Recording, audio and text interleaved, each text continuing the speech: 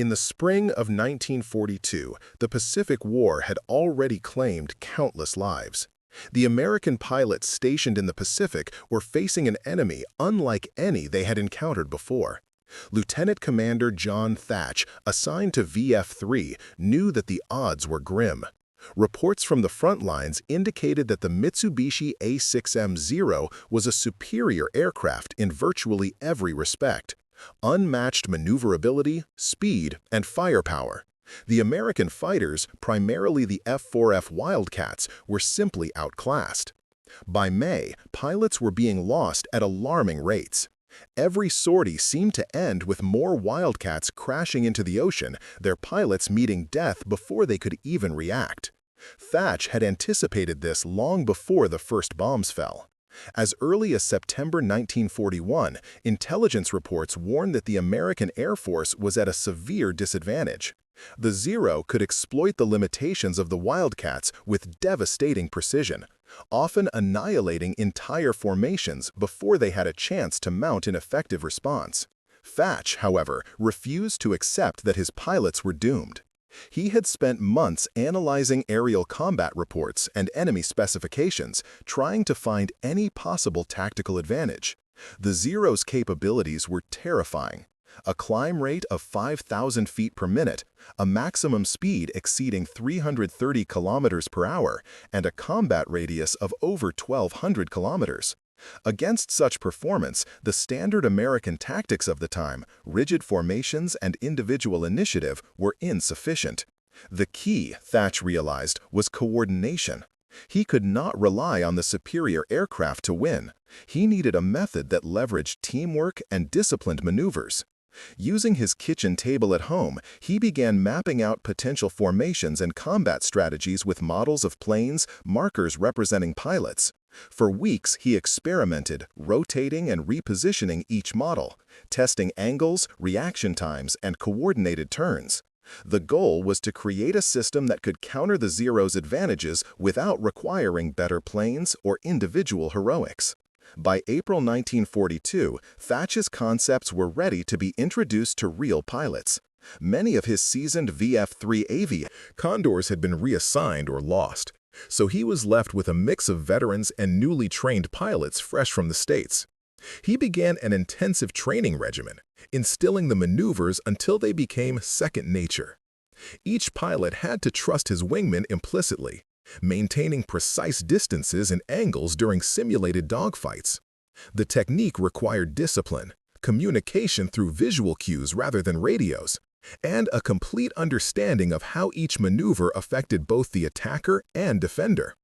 The principle was simple but counterintuitive. By linking two aircraft together in a weaving formation, a pair could cover each other's blind spots, creating a defensive network that would force the Zero to commit to one target at a time. As one plane was engaged, the other could attack the pursuer, effectively neutralizing the Zero's agility advantage. Thach's method, later known as the Thach Weave, was designed to turn superior tactics into a decisive edge, even against a technically superior opponent. In early June 1942, the first real test came during the Battle of Midway. Thach led 6 F-4F Wildcats to escort 12 Douglas TBD Devastators on a torpedo run against the Japanese fleet. The Devastators were vulnerable and slow, easily targeted by the Zeros, and several attacks were already underway before Thach arrived. As they approached the northern sector, a group of enemy Zeros engaged, outnumbering the Americans. Immediately, Thach initiated the weave. Each pair of Wildcats moved in coordination, trading positions to cover the torpedo bombers. Lieutenant Ensign Robert Dibb and Lieutenant Brian McUmber followed Thach's instructions precisely, maintaining the required geometry and reacting to enemy movements without hesitation. The Zeros, expecting an easy victory, were met with an organized counterattack. Thach's discipline turned the chaos of battle into a controlled environment, forcing Japanese pilots into predictable paths where they became vulnerable. The first successes were immediate.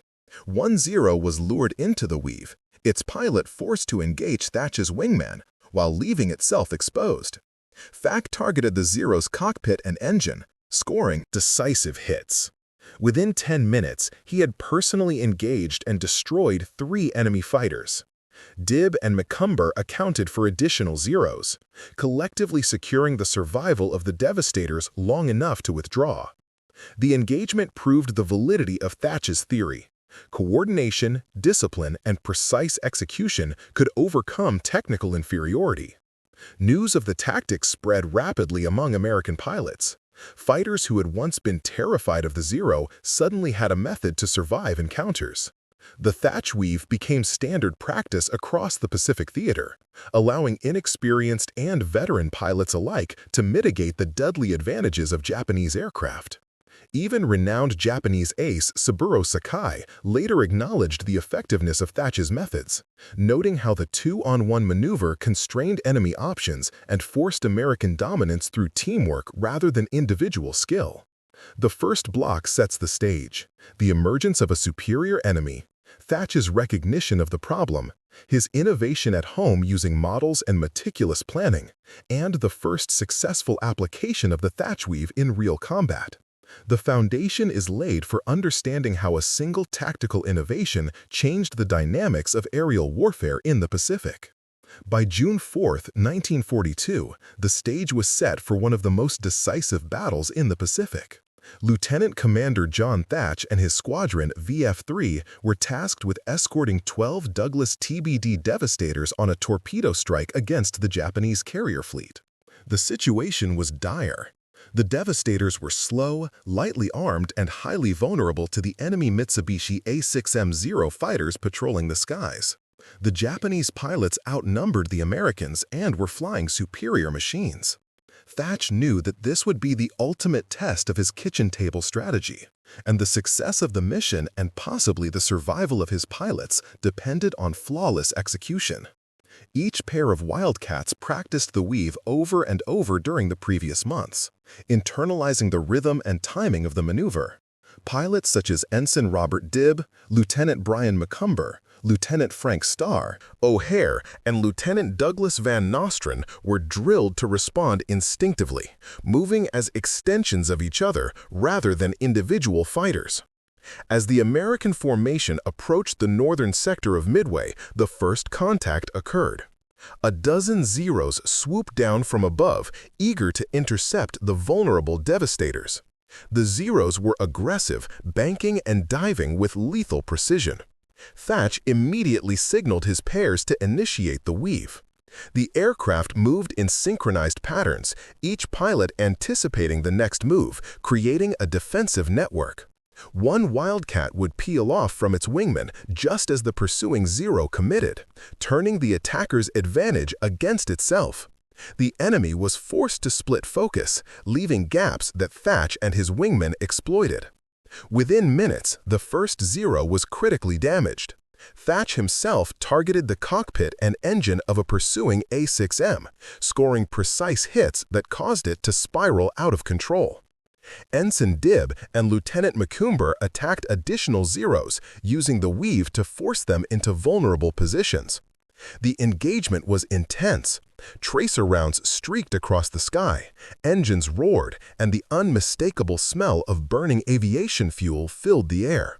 Yet, despite the chaos, the weave maintained cohesion. The American pilots moved as a single fluid unit. Thach's strategy also proved instrumental in protecting the Devastators. The slow torpedo bombers, previously sitting ducks, were able to complete their runs and retreat without catastrophic losses. Though many were still shot down, the intervention of VF-3's disciplined formation allowed several to survive long enough to reach safer zones. Thach's innovative thinking had shifted the balance.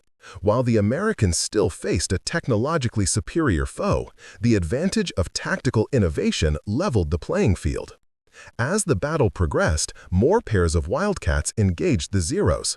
Lieutenant Frank O'Hare and Lieutenant Douglas Van Nostrand executed the weave perfectly, drawing enemy aircraft away from their targets and into crossfires.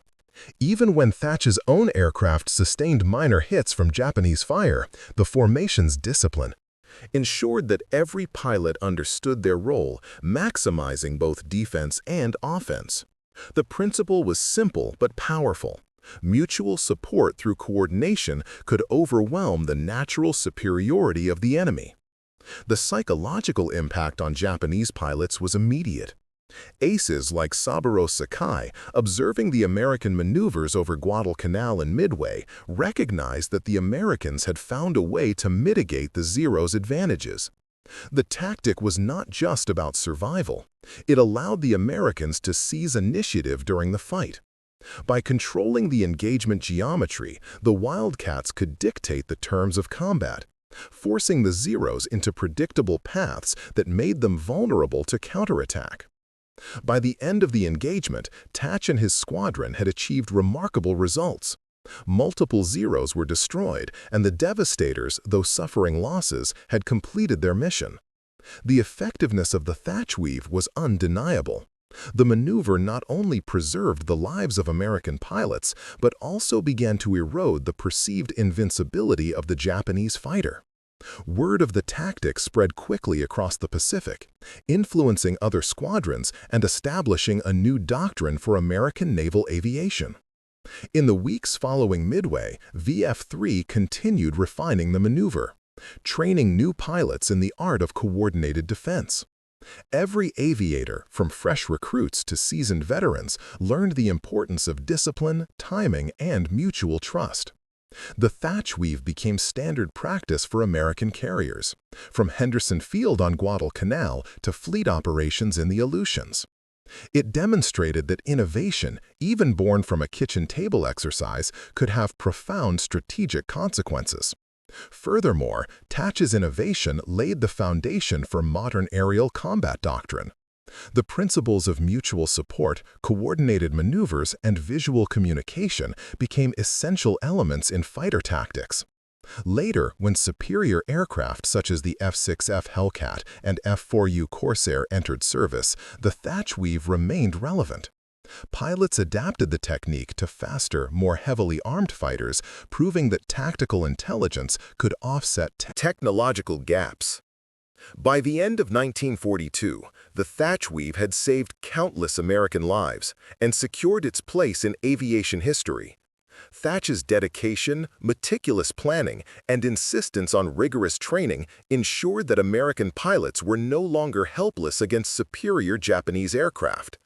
His innovation showed that ingenuity, combined with disciplined execution, could triumph even under the most daunting odds. The lessons learned in those early months of the Pacific War would resonate throughout naval aviation for decades, illustrating the enduring power of tactical brilliance. By late 1942, the Pacific Theater had become a crucible for testing the effectiveness of innovative aerial tactics. The American pilots stationed at Henderson Field on Guadalcanal faced relentless daily assaults from Japanese Mitsubishi A6M Zeros flying from Rabaul and other forward bases.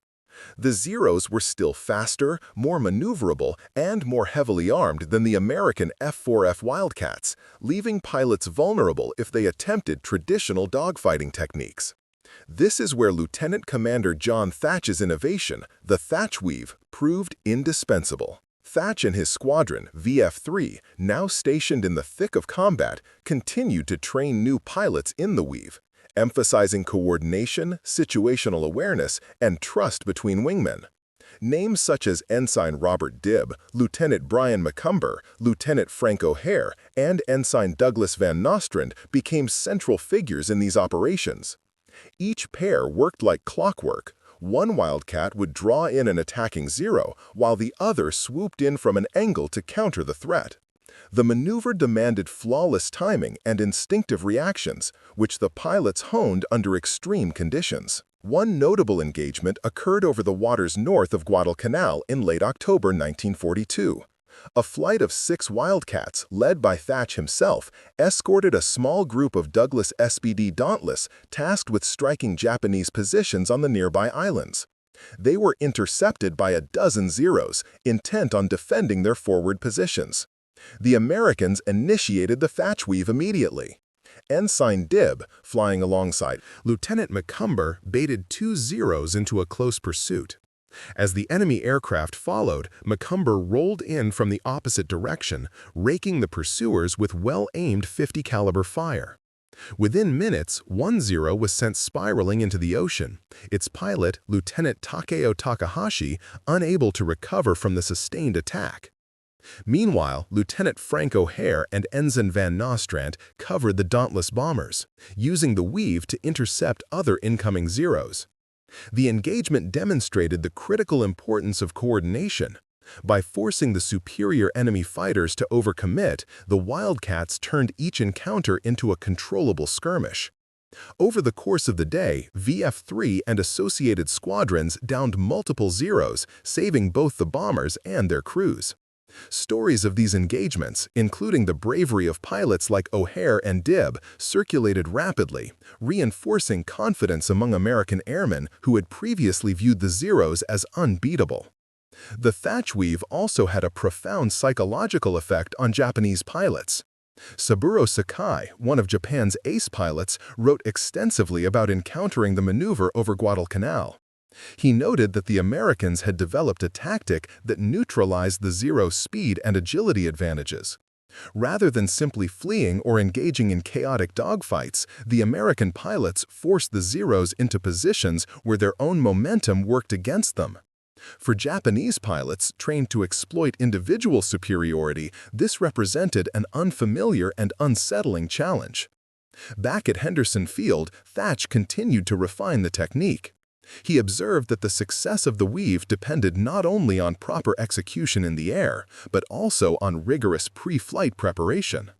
Pilots studied aerial maps, enemy formations, and the performance characteristics of both American and Japanese aircraft. Communication, though limited to visual signals, was meticulously drilled. A quick glance, a wing flick, or a change in flight path could convey intent, and the pilots learned to respond instinctively. Names like Ensign Jack McConnell, Lieutenant Joe Foss, and Ensign Edward Butch O'Hare became closely associated. With these disciplined formations as the squadron's reputation grew. By November 1942, the Thach Weave had evolved beyond a single tactic to a doctrine of mutual support. Pilots were trained to operate in pairs and larger formations, understanding that coordinated defensive actions were more powerful than individual skill alone. Even new arrivals, often fresh from training and unfamiliar with the brutal realities of Pacific air combat, quickly grasped the maneuver. Thach's insistence on repetition, both in the air and during simulations on the ground, meant that pilots internalized the Weave to the point of reflex. In the chaos of actual engagements, it became second nature. The broader implications of the Thach Weave extended beyond Guadalcanal. Other squadrons across the Pacific began adopting the maneuver. By early 1943, formations of Wildcats, Hellcats, and Corsairs routinely employed the Weave to counter Japanese fighters. The tactic was adaptable. Whether defending bombers, engaging in air-to-air combat, or intercepting enemy reconnaissance flights, the fundamental principle remained the same. Two or more aircraft supporting each other could create force multipliers that exceeded the capabilities of superior enemy machines. Perhaps most importantly, the Thach Weave saved lives. Pilots who would otherwise been isolated and vulnerable were able to fight back effectively, often turning the tables on attacking Zeros. The method proved that innovation, discipline, and training could offset technological inferiority. Thach's kitchen table experiments in California had been validated on the blood-soaked skies of the Pacific.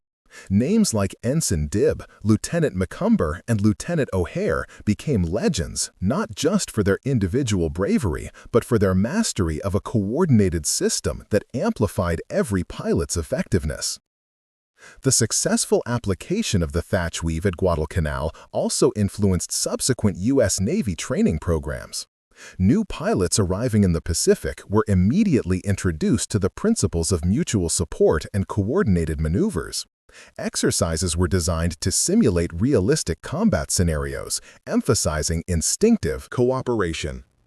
Instructors consistently cited the experiences of VF-3 and other early adopters, ensuring that the lessons of Thach's innovation were preserved and propagated. Ultimately, Guadalcanal became the proving ground for one of the most influential tactical developments in naval aviation.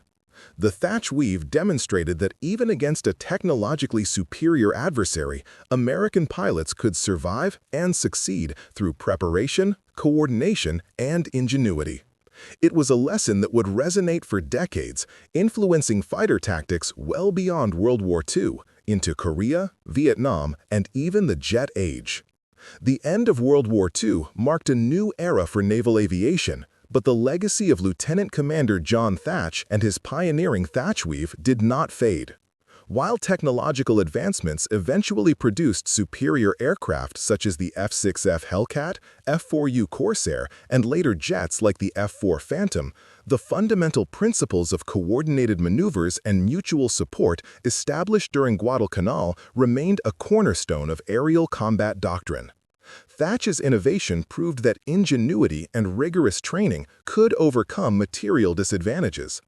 Unlike the superior Mitsubishi A6M Zeros, which relied on individual agility and pilot skill, the Thach Weave demonstrated that teamwork and synchronized actions could neutralize technological superiority. This lesson was not lost on military leaders and instructors in the post-war era. The U.S. Navy formalized the weave as a standard tactic, integrating it into fighter pilot curricula and ensuring that every new generation of aviators understood the principles of mutual support, disciplined execution, and visual coordination. Names of pilots who had trained under Thach, such as Ensign Robert Dibbs, Lieutenant Brian Macomber, Lieutenant Frank O'Hare, and Ensign Douglas Van Nostrand, became legendary. Their experiences at Guadalcanal were chronicled in after-action reports, squadron histories, and personal memoirs. These accounts highlighted the practical application of the Thach Weave, showcasing how pairs of Wildcats could confront overwhelming numbers of Zeros, protect vulnerable bombers, and survive engagement. That would have been impossible under conventional dogfighting tactics. Each story emphasized the blend of preparation, courage, and precision required to execute the maneuver effectively. During the Korean War and later conflicts, the principles of the Thach Weave influenced new tactics for jet fighter operations. Pilots flying F-86 Sabres, F-4 Phantoms, and eventually F-14 Tomcats adopted modified versions of the maneuver for air-to-air engagements. While radar, missiles, and electronic communication transformed combat, the core idea of coordinated action between wingmen persisted. Training programs emphasized that a disciplined pair or flight could outperform individually superior opponents, reinforcing Thach's central philosophy: teamwork outweighs raw capability. Thach himself continued to serve in the Navy, eventually achieving the rank of full admiral. His career spanned 40 years, and he contributed to numerous tactical innovations beyond aerial combat. He was recognized in 1958 by Time magazine for his role in anti-submarine warfare innovations during the Cold War. Yet he remained most proud of the Thach Weave and its role in saving lives during World War II. Stories of nights spent moving model aircraft on his kitchen table in Coronado, California, to discover the optimal patterns of mutual support became the stuff of legend among aviators and historians alike. The psychological impact of the Thach Weave on enemy pilots was profound. Japanese aces like Saburo Sakai acknowledged that American fighters employing the weave disrupted their expectations of aerial engagements. The method systematically eliminated the Zero's numerical and maneuvering advantages, turning confrontations that should have been disastrous for Americans into manageable, often victorious encounters. By altering the geometry of aerial combat, Thach's innovation not only saved hundreds of American lives, but also inflicted a cumulative demoralizing effect on Japanese pilots over the course of the Pacific Campaign. The Thach Weave also influenced air combat doctrine beyond the United States.